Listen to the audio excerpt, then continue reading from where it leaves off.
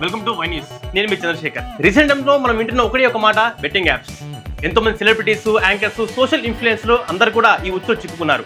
వాళ్ళతో పాటుగా చాలా మంది అమాయకులు కూడా చిక్కుకున్నారు. అసలు ఈ బెట్టింగ్ యాప్స్ అంటే ఏంటి? ఇది ఎలా నడుస్తుంది? ఏమైనా ఏ టెక్నాలజీ ఉందా, లేదా ఏమైనా సంస్థలు ఉన్నాయా? అలాంటి విషయాన్ని లోతుగా ఇప్పుడు తెలుసుకుందాం. మనం చూస్తున్న క్రికెట్ మ్యాచ్ల్లో బాల్ పడగానే అనేక బెట్టింగ్ యాప్ల్లో స్కోర్లు వెంటనే అప్డేట్ అవుతుంటాయి. అదే సమయంలో రేట్లు కూడా క్షణాల్లో మారడం చూస్తుంటాం.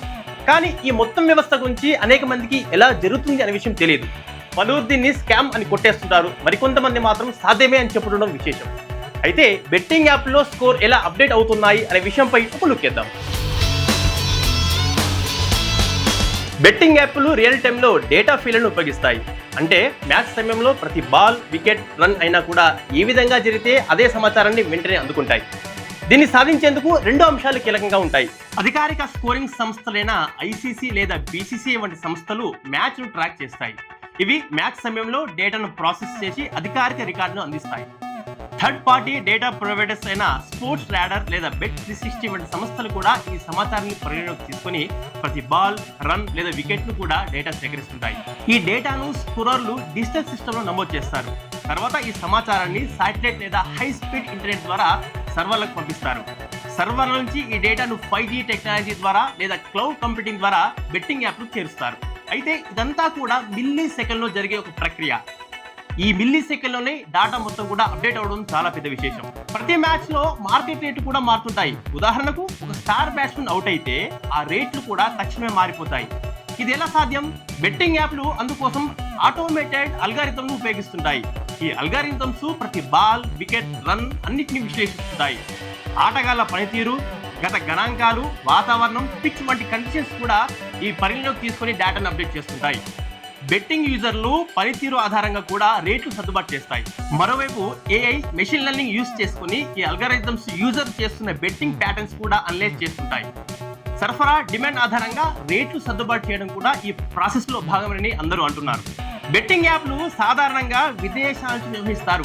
వాటిలో చైనా, మాల్టా వంటి తదితర ప్రాంతాల్లో ఉండగా అక్కడ చట్టాలు వీటికి అనుకూలంగా ఉంటాయి. అంటే బెట్టింగ్ యాప్ నిర్వాహకులు గేమ్ గ్రౌండ్ లో ఉండరని మనం చెప్పుకోవచ్చు.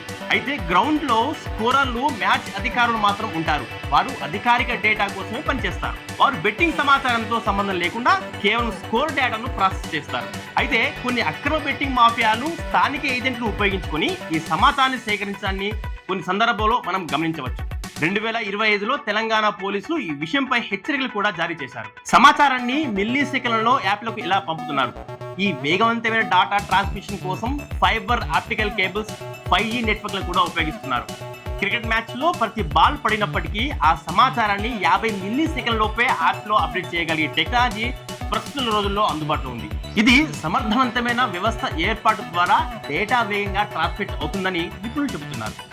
దూర ప్రాంతాల్లో ఉన్నా కూడా లైవ్ మ్యాచ్ల సమయంలో ఎప్పటికప్పుడు సమాచారాన్ని వేగంగా అప్డేట్ చేసుకోవచ్చని నిపుణులు చెప్తున్నారు. బెట్టింగ్ యాప్లు సాంకేతికంగా చాలా పకడ్బందీ వ్యవస్థను రూపొందించుకున్నాయి.